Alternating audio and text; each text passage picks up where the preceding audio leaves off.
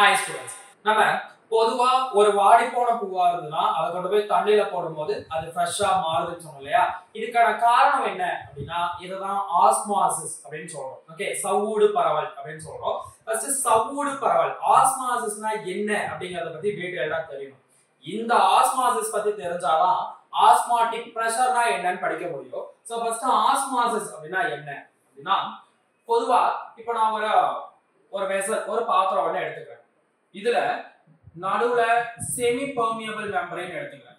ஒரு கூறு புகவிடும் சவ்வு செமி பெர்மியபிள் மெம்பரேன் அப்படினா என்ன அர்த்தம்னா இது கரைப்பான், that is solvent மட்டும் தான் அலோ பண்ணும்னு அர்த்தம். ஓகே, கரைப்பான்ங்கிறது solvent மட்டும் தான் அலோ பண்ணும், சொல்யூட்ட அலோ பண்ணாது, கரை பொருளை அலோ பண்ணாது. ஓகே, சோ இப்போ ஒரு பாத்திரம் எடுத்துக்கிறேன், அதை நான் ரெண்டா பிரிக்கிறேன். நடுவுல ஒரு கூறு புகவிடும் சவ்வு செமி பெர்மியபிள் மெம்பரேன் வச்சிட்டு ஒரு பக்கம் பியூரா சால்வெண்ட் மட்டும் எடுத்துக்கிறேன், கரைப்பான் மட்டும் எடுத்துக்கிறோம். இன்னொரு பக்கத்துல சொல்யூஷன் எடுத்துக்கிறேன். சொல்யூஷன்ங்கிறது பொதுவா ஒரு தமிழ்ல கரைசல் அப்படின்னு சொல்றோம். இதுல கரைபொருள் பிளஸ் கரைப்பான் ரெண்டுமே இருக்கும். solute plus solvent ரெண்டுமே இருக்கும். இததான் வந்து கரைசல் அப்படினு சொல்றோம் ஜெனரலா இல்லையா? சோ இப்போ இது ரெண்டும் இருக்கிற ஒரு சொல்யூஷனை ஒரு பக்கம் எடுத்துக்கிறேன், இந்த பக்கம் சால்வெண்ட், இந்த சைடுல நான் வெறும் சால்வெண்ட்டை மட்டும் எடுத்துக்கிறேன்.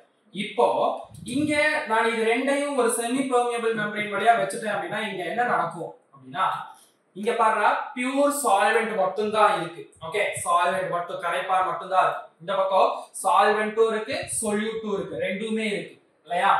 இப்போ என்ன நடக்கும் அப்படின்னா இந்த சால்வெண்ட் சைடுல இருந்து பியூர் சால்வெண்ட் சைடுல இருந்து இந்த சொல்யூஷன் பக்கம் சால்வெண்ட் மாலிக்யூல்ஸ் எல்லாம் மூவ் ஆக ஆரம்பிக்கும். ஓகே, எங்க இருந்து எங்க போகுது? பியூர் சால்வெண்ட் சைடுல இருந்து சொல்யூஷன் சைடுக்கு எனக்கு சால்வெண்ட் மாலிக்யூல்ஸ் எல்லாம் கரைப்பான் மூலக்கூறுகள் எல்லாம் நகர்ந்து போக ஆரம்பிக்கும். ஓகே, இந்த மாதிரி சால்வெண்ட் எங்க அதிகமா இருக்கும், ஓகே, சால்வெண்ட் அதிகமா இருக்கிற பக்கத்துல இருந்து எங்க சால்வெண்ட் லோவா இருக்கோ அந்த பக்கத்துக்கு மூவ் ஆகும். ஓகே, இததான் ஆஸ்மாசிஸ் அப்படின்னு சொல்றோம். ஆஸ்மாசிஸ்னா என்ன? சால்வெண்ட் அதிகமா இருக்கிற சைடுல இருந்து சால்வெண்ட் கம்மியா இருக்கிற சைடுக்கு மூவ் ஆகிறது பேர் தான் சால்வெண்ட் மாலிக்யூல் மூவ் ஆகிறது பேர் தான் ஆஸ்மாசிஸ், சவ்வூடு பரவல்னு சொல்றோம். சரி, இங்க பியூர் சால்வெண்ட் மட்டும் தான் இருக்கு, வெறும் கரைப்பான் மட்டும் தான் இருக்கு. இங்க சால்வெண்ட்டும் இருக்கு, சொல்யூட்டும் இருக்கு, கரைப்பானும் இருக்கு, கரைபொருளும் இருக்கு. அப்ப இங்க ரெண்டும் கலந்து இருக்கிறதுனால எனக்கு இந்த சொல்யூஷன் சைடு கரைப்பான் சால்வெண்டோட அமௌண்ட் லோவா இருக்குமா? ரைட்டா? சொல்யூட்டோட எனக்கு எப்படி இருக்கும்னா அதிகமா இருக்கும். அப்போ எனக்கு இங்க சால்வெண்ட் இங்க கம்மியா இருக்கு, தட் இஸ் சொல்யூஷன் சைடு கரைசலோட பக்கத்துல எனக்கு சால்வெண்ட் கரைப்பான் கம்மியா இருக்கு. அது இங்க எனக்கு வெறும் சால்வெண்ட் மட்டும் தான் இருக்கு. அப்ப சால்வெண்ட் அதிகமா இருக்கிற பக்கத்துல இருந்து சால்வெண்ட் கம்மியா இருக்கிற சைடுக்கு என்ன ஆகும்? மூவ் ஆகி போகுமா? அப்ப இங்க இருந்து இங்க மூவ் ஆகிறதுதான் ஜெனரலா ஆஸ்மாசிஸ் அப்படின்னு சொல்றோம், சவ்வூடு பரவல் அப்படின்னு சொல்றோம். புரிஞ்சுதா? ஆஸ்மாசிஸ்னா என்னன்னு?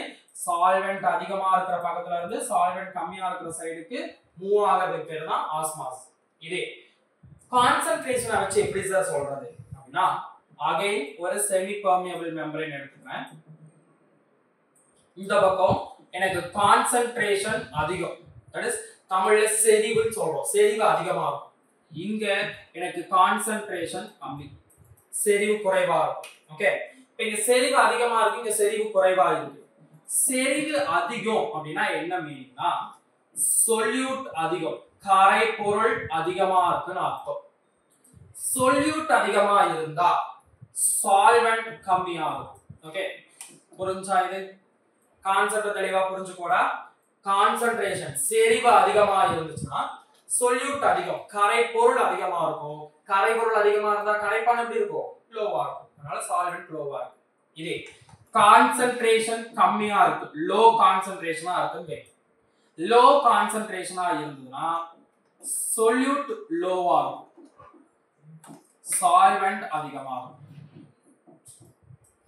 ஒன்னு கம்மியா இருந்தா இன்னொன்னு அதிகம். ஓகே, அதுதான் கான்செப்ட். அப்ப ஒன்னு லோவா இருந்து இன்னொன்னு அதிகமா இருக்குன்னா பாரு solute அதிகமா இருந்தா கரைபொருள் அதிகமா இருந்தா அது கான்சன்ட்ரேஷன் அதிகம், அதே கரைபொருள் solute கம்மியா இருந்ததுன்னா கான்சன்ட்ரேஷனும் கம்மியாகும். ஓகே, அப்ப கான்சன்ட்ரேஷனுக்கு நீங்க எதை டிபெண்ட் பண்ணி இருக்கும்னா கான்சன்ட்ரேஷன் ஃபுல்லாவே தட் இஸ் செறிவு ஃபுல்லாவே கரைபொருளை டிபெண்ட் பண்ணி தான் இருக்கும். ஓகே, தட் இஸ் solute பார்ட்டிகளை டிபெண்ட் பண்ணி தான் இருக்கும். solute அதிகமா இருந்ததுன்னா கான்சன்ட்ரேஷன் அதிகம், solute கம்மியா இருக்கு அப்படின்னா கான்சன்ட்ரேஷனும் கம்மியா தான் இருக்கும். இப்போ இந்த ரெண்டுல எங்க இருந்து எங்க சால்வெண்ட் மாலிகூல்ஸ் மூவ் ஆகும் அப்படின்னு பார்க்கணும் இல்லையா? இப்போ எங்க இருந்து எங்க மூவ் ஆகும்னு பாரு. இங்க எனக்கு சால்வெண்ட் லோவா இருக்கா, சால்வெண்ட் இங்க ஹை. அப்ப சால்வெண்ட் அதிகமா இருக்கிற இடத்துல இருந்து லோவா இருக்கிற இடத்துக்கு மூவ் ஆகணும் இல்லையா? சால்வெண்ட் மாலிகூல் அதிகமா இருக்கிறதுனா இங்க இருந்து இங்க மூவ் ஆகும். ஓகே, அப்போ செறிவு குறைவா இருக்கிற பக்கத்துல இருந்து ஓகே தட் இஸ் கான்சன்ட்ரேஷன் லோவா இருக்கிற சைடுல இருந்து கான்சன்ட்ரேஷன் ஹையா இருக்கிற சைடு. ஓகே, கான்சன்ட்ரேஷன் செறிவு அதிகமா இருக்கிற பக்கத்துக்கு சால்வெண்ட் மாலிகூல் மூவ் ஆகும். தட் இஸ் கரைப்பான் நகரும். இததான் ஆஸ்மாசிஸ் அப்படின்னு சொல்றோம். இதனால தான் இப்ப நம்ம அந்த ஃப்ளவரை கொண்டு போய் நம்ம தண்ணியில போடும்போது அங்க தண்ணினா பியூர் சால்வெண்ட் மட்டும் தான், வெறும் தண்ணி மட்டும் தான் இருக்கு இல்லையா? அப்ப வெறும் தண்ணி மட்டும் இருக்கிறதுனால அந்த வாட்டர் மாலிகூல் என்ன பண்ணுனா ஈஸியா அந்த ஃப்ளவருக்குள்ள மூவ் ஆக ஆரம்பிக்கும். அப்ப ஈஸியா அந்த ஃப்ளவருக்குள்ள மூவ் ஆகிறதுனால அந்த ஃப்ளவர் என்ன ஆகும்னா ரொம்ப வாடி போய் இருந்தாலும் அந்த வாட்டர் மாலிகூலை எடுத்துக்கிட்டு அது மறுபடியும் நல்லா ஃப்ரெஷ்ஷா மாறும். ஓகே, இதே போல நம்ம மீட் ஷாப்ல இருந்து வாங்குறோம்னு வைங்க. ஓகே, கடையில இருந்து நம்ம கறி வாங்கிட்டு வரோம். அந்த கறி வாங்கிட்டு வந்து நம்ம வீட்ல ஃபுல்லா சால்ட்டை போட்டு வாஷ் பண்றோம் இல்லையா? எதனால அப்படி சால்ட்டை போட்டு வாஷ் பண்றோம்னா அந்த மீட்டுக்கு மேல சப்போஸ் பாக்டீரியா ஏதாவது இருக்குன்னு வைங்க. ஓகே, இப்போ அந்த பாக்டீரியாவுல எனக்கு கான்சன்ட்ரேஷன் அதிகமா இருக்கும். ஓகே, இப்போ நான் இங்க சால்ட்டை போட்டு நான் வாஷ் பண்ணும்போது எனக்கு என்ன ஆகும் அப்படின்னா இங்க வெளியே எனக்கு இதை விட இங்க கான்சன்ட்ரேஷன் அதிகமாயிடும். ஃபுல்லா எனக்கு சால்ட்டை போடுறோம் இல்லையா? அப்ப நிறைய உப்பை போட்டு நம்ம வாஷ் பண்ணும்போது என்ன ஆகும்னா இங்க உள்ள இருக்கிற எல்லா வாட்டர் மாலிகூல்ஸும் எனக்கு வெளியே வர ஆரம்பிக்கும். தட் இஸ் இந்த பாக்டீரியாவில இருந்து எல்லா வாட்டரும் வெளியே வந்துடும். அப்ப பாக்டீரியாவில இருந்து எல்லா வாட்டர் மாலிகூலும் வெளியே வந்தது. ஏன்னா வெளியில சால்ட்டை நான் ஆட் பண்ணும்போது எனக்கு வெளியே கான்சன்ட்ரேஷன் அதிகமா இருக்கு, பாக்டீரியாக்குள்ள கான்சன்ட்ரேஷன் லோ ஆயிடுது. அப்ப பாக்டீரியாவோட கான்சன்ட்ரேஷன் குறையிறதுனால நான் என்ன சொல்லியிருக்கேன், கான்சன்ட்ரேஷன் லோவா இருக்கிற சைடுல இருந்து கான்சன்ட்ரேஷன் அதிகமா இருக்கிற பக்கத்துக்கு எனக்கு சால்வெண்ட் போகும்னு சொல்லியிருக்கோமா? அப்போ நான் சால்ட் ஆட் பண்ணும்போது எனக்கு வெளிய கான்சன்ட்ரேஷன் இன்க்ரீஸ் ஆகுது.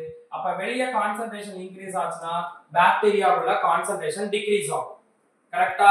அப்ப கான்சன்ட்ரேஷன் கம்மியா இருக்கிற பக்கத்துல இருந்து அதிகமா இருக்கிறதுக்கு போகணும்னா பாக்டீரியாவுல எனக்கு கான்சன்ட்ரேஷன் கம்மியா இருக்கு. அப்ப பாக்டீரியாவுல இருந்து எல்லா வாட்டர் மாலிகூலும் என்ன ஆகும், வெளியே வரும். அப்ப பாக்டீரியால இருந்து எல்லா சால்வெண்ட்டும் வெளியே வந்துருச்சுன்னா பாக்டீரியால தண்ணியே இருக்காது உள்ள.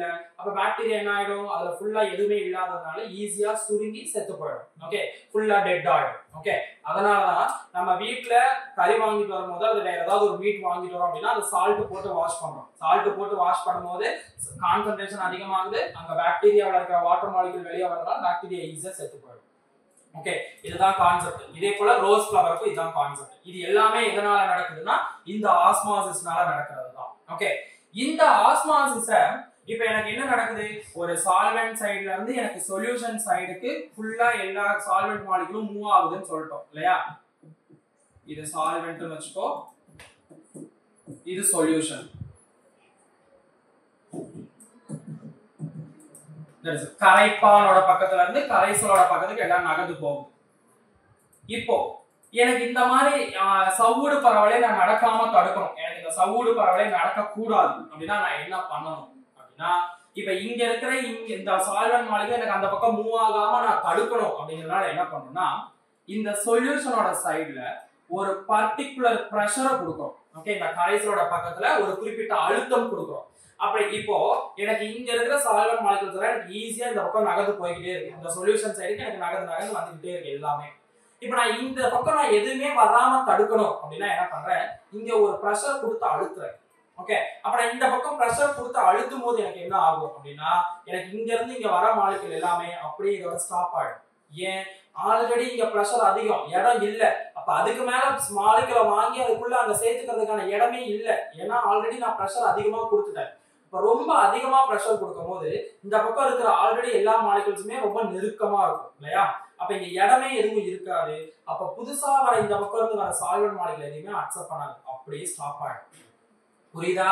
இங்க இருந்து இங்க சால்வெண்ட் மாலிகுல் மூவ் ஆகுது, நான் சொல்யூஷன் சைடு இங்க பிரஷரை கொடுக்கும் போது எனக்கு இந்த பக்கம் இருந்து இங்க வரதெல்லாம் அப்படியே நின்றும். இததான் இந்த மாதிரி நம்ம இங்க பிரஷர் கொடுக்குறோம் இல்லையா, இந்த பிரஷருக்கு பேர் தான் ஆஸ்மாட்டிக் பிரஷர் அப்படின்னு சொல்றோம். சவ்வூடு பரவல் அழுத்தம் அப்படின்னு சொல்றோம். என்ன பண்றோம்? சவ்வூடு பரவல் நடக்காம தடுக்கிறதுக்கு கொடுக்கிற அழுத்தம் சவ்வூடு பரவல் அழுத்தம். ஓகே, நார்மலா நடந்துட்டு இருந்ததை நான் தடுத்துட்டேன் பிரஷரை கொடுத்து. அந்த பிரஷரை கொடுத்து நம்ம தடுக்கிறோம் இல்லையா, அந்த பிரஷருக்கு பேர் தான் ஆஸ்மாட்டிக் பிரஷர். அப்போ ஆஸ்மாசிஸை ஸ்டாப் பண்றதுக்கு கொடுக்கிற பிரஷர் ஆஸ்மாட்டிக் பிரஷர். சவ்வூடு பரவல் நடக்காம தடுக்கிறதுக்கு கொடுக்கிற அழுத்தம் சவ்வூடு பரவல் அழுத்தம். ஆஸ்மாட்டிக் பிரஷர் தான் எனக்கு புரியுதா? அங்க ஆஸ்மாசிஸே நடக்க கூடாது, நின்றுடும், அதுக்காக கொடுக்கிறது தான் ஆஸ்மாட்டிக் பிரஷர். That's it. இந்த ஆஸ்மாட்டிக் பிரஷரோட சிம்பலை நம்ம பை அப்படின்னு போடுவோம். ஓகே, சோ இதுக்கு ஃபார்முலாஸ் பார்க்கணும். இதுல இருந்து क्वेश्चंस கேட்பாங்க, அந்த ஃபார்முலாஸ் தெளிவா பார்த்துக்கோ. Pi is equal to C R T, இதான் ஃபார்முலா. பைனா சவ்வூடு பரவல் அழுத்தம், that is osmotic pressure.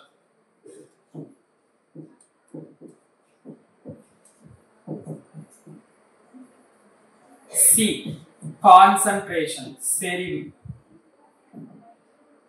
Okay, R gas constant, வாயு மாறிலி. இதோட வேல்யூ என்னவா இருக்கும்னா, இதோட value 0.082 litre ATM per mole. Okay, இந்த வேல்யூ தான் இங்க யூஸ் பண்ணணும். டெம்பரேச்சர், வெப்பநிலை, அவ்வளவுதான். சோ இததான் சவ்வூடு பரவல் அழுத்தத்துக்கான ஃபார்முலான்னு சொல்றோம். இந்த ஃபார்முலாவை பேஸ் பண்ணி क्वेश्चंस கேட்பாங்க. இங்க செறிவுக்கு பதிலா நம்ம ஃபார்முலாவை மாத்தி எழுதலாம். செறிவு is equal to mole by கன அளவு நமக்கு தெரியும் இல்லையா, mole by volume. சோ நீங்க இங்க n by v ன்னு சப்ஸ்டிட்யூட் பண்ணியும் இந்த சம்ல ஆஸ்மாட்டிக் பிரஷர் நம்மளால கால்குலேட் பண்ண முடியும். ஓகே, சோ ஆஸ்மாட்டிக் பிரஷர்ங்கிறது ஆஸ்மாசிஸ் நடக்காம தடுக்கிறதுக்கு கொடுக்கிற பிரஷர் தான் ஆஸ்மாட்டிக் பிரஷர்னு சொல்றோம். இந்த ஆஸ்மாட்டிக் பிரஷர் வந்து நீட் எக்ஸாம்க்கு எதிர சார் क्वेश्चंस கேட்பாங்க அப்படினா அதுக்கு இந்த ஃபார்முலாஸை பேஸ் பண்ணி தான் क्वेश्चन கேட்பாங்க. Okay, formula π is equal to CRT. Cங்கிறது கான்சன்ட்ரேஷன், சரிது. அதுக்கான ஃபார்முலா நம்ம மோல் பை வால்யூம் யூஸ் பண்ணிக்கலாம். Nங்கிறது மோல், Vங்கிறது வால்யூம், கன அளவு. அத வந்து நீங்க சப்ஸ்டிட்யூட் பண்ணி RT அப்படினு மல்டிப்ளை பண்ணிக்கலாம். That's it. இதுதான் ஆஸ்மாட்டிக் பிரஷர்னு சொல்றோம். இத பேஸ் பண்ணி சம்ஸ் சால்வ் பண்ணி பிராக்டீஸ் பண்ணுங்க. இந்த மாதிரி நீட் ரிலேட்டடான நிறைய டாபிக்ஸ் தெரிஞ்சுக்கிறதுக்கு நம்ம சூர்யா நீட் அகாடமில ஃப்ரீயா ஆன்லைன்ல கிளாसेस போயிட்டு இருக்கு. அந்த கிளாसेस பத்தி டீடைல்ஸ் தெரிஞ்சுக்கணும் அப்படினா நம்ம இன்ஸ்டிடியூட் நம்பருக்கு கால் பண்ணி கிளாஸ்ல ஜாயின் பண்ணி படிங்க. Thank you.